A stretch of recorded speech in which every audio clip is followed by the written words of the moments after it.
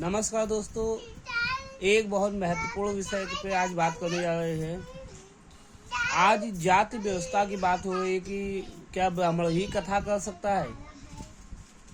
कि ब्राह्मण को ही केवल ये अधिकार है कि वो कथा कर सके और अन्य जातियों को ये अधिकार नहीं है। लेकिन आपसे बताना चाहेंगे कि जैसे कि ऋग्वेद में भी बताया गया है, 4 वर्णों की बात की गई है और उसमें ये कहा गया है ब्राह्मण, क्षत्रिय, वैश्य और शूद्र उनके काम के आधारित किया गया है, लेकिन उतना ज़्यादा उसमें परिभाषित नहीं किया गया है। लेकिन भागवत गीता में फिर स्पष्ट रूप से श्री कृष्ण जी खुद भगवान आकर ये बात बताते हैं कि अध्याय 4 और श्लोक 13 में ये कहा गया है कि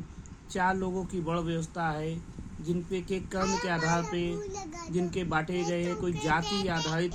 ये व्यवस्थाएं नहीं होती है। दोस्तों, अगर भगवान खुद बोल रहे हैं, कृष्ण भगवान खुद बोल रहे हैं कि जो पूजा पाठ का काम होगा, जो आप क्या बोलते हैं अध्यात्म की चीज़ों को आगे बढ़ाने का काम होगा,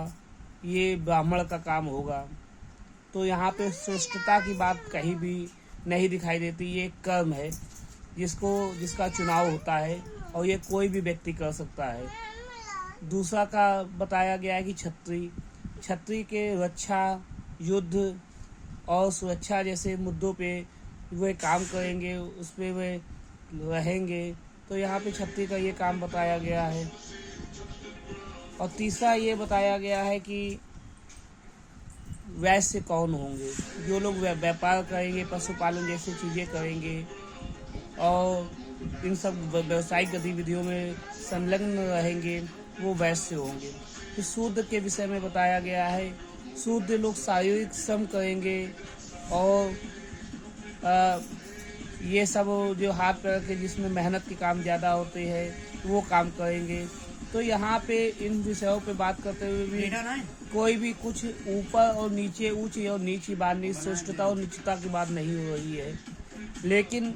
आज के समाज में राजनीतिक लोगों ने जो परंपरा मुगलों ने और अंग्रेजों ने डाली थी कि किस प्रकार के भारत का विभाजन करके इनको धर्म के आधार पर बांट दिया जाए, इनको जाति के आधार पर बांट दिया जाए, उसी परंपरा को आज के जो स्वतंत्र भारत के नेता हैं, जिन्होंने राजनीतिक लाभ के लिए भारतीय जनता में, भारतीय जातियों में द्वेष पैदा कर दिया और इस प्रकार की झूठी चीज़ें प्रचारित कर दी। और उस समय के कुछ लोगों ने भी, जो हमेशा राजनीतिक लोग रहे, हर काल में राजनीतिक लोग रहे, तो ये परंपरा जो डाली गई है, ये स्पष्ट होना चाहिए कि अगर कोई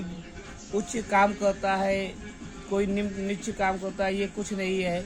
जैसे कोई ब्राह्मण जैसे प्रवृत्ति में सम्मिलित है, उसके घर का व्यक्ति भी अगर शारीरिक श्रम करना चाहता है, बाकी चीज़ें कर सकता है, तो वो भी शूद्र हो सकता है।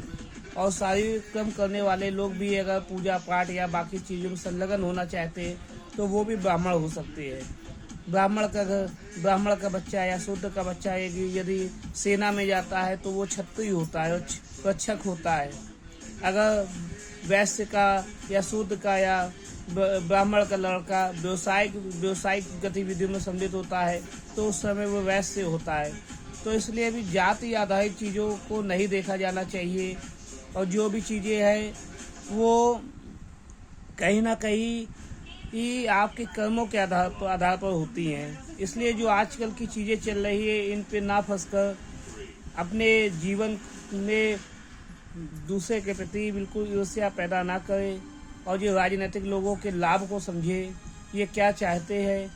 ये आप लोगों से क्यों ऐसी बीज आपके मन में बो है जिस पेड़ के फल ये लोग खाए। तो दोस्तों, जातियों में ना बटे, धर्म में ना बटे, सभी मानवता का धर्म निभाए और कर्मों के आधार पर की व्यवस्था को अब ना मानिए, लेकिन लड़िए नहीं आपस में। जय हिंद, जय भारत।